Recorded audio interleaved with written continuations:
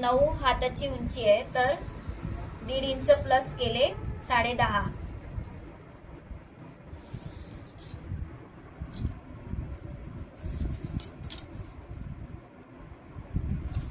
त्याचं जे आपण राऊंड शेप टाकतो हाताचा, ते जर हाताची उंची 5 इंचापेक्षा जास्त असेल तर डायरेक्ट 3.5 ठेवायचं. जर 5 इंचापेक्षा कमी असेल तर जेवढी हाताची उंची असेल तयार, म्हणजे 4, 3 त्याच्या अर्धे ठेवायचं. तर आता 9 आहे, 5 इंचापेक्षा मोठी आहे म्हणून किती ठेवणार? 3.5. 9.5च्या इथे मी ठेवलं हे. आता हे पूर्ण मुंडा मोजलाय ना, त्याच्या आतमध्ये मार्जिन पण होतं म्हणून आतमध्ये मार्जिन घेतलं. खालच्या फोल्डिंग साठी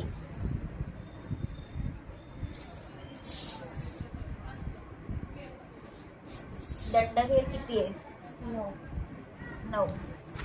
9च्या अर्धे 4.5. 1.5 इंच बाहेर घेतलं. आता हे बाहेरची लाईन आणि बाहेरची लाईन जोडून घ्यायची.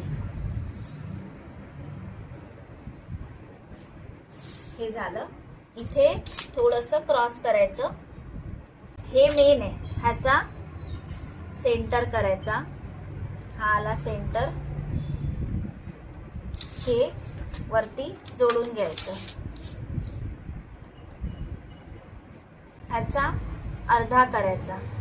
3.5चे अर्धे, त्याचा अर्धा, त्याचा अर्धा, 3 भाग आले.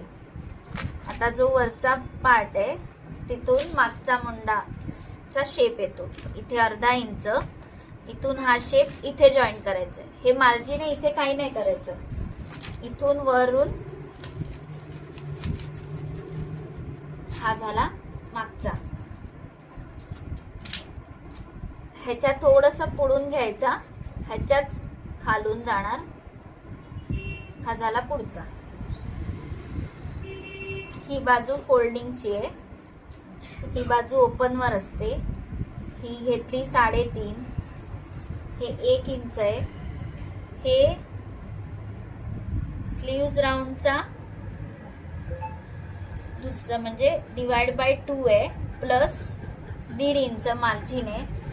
इथे आर्मोल -1.5 आहे, कारण आतमध्ये घेतला ना. हा आला सेंटर पॉइंट तुमचा. हा पण ह्याचा सेंटर आहे, हा ह्याचा सेंटर आहे. हा झाला बॅकचा मुंडा, हा झाला फ्रंटचा मुंडा.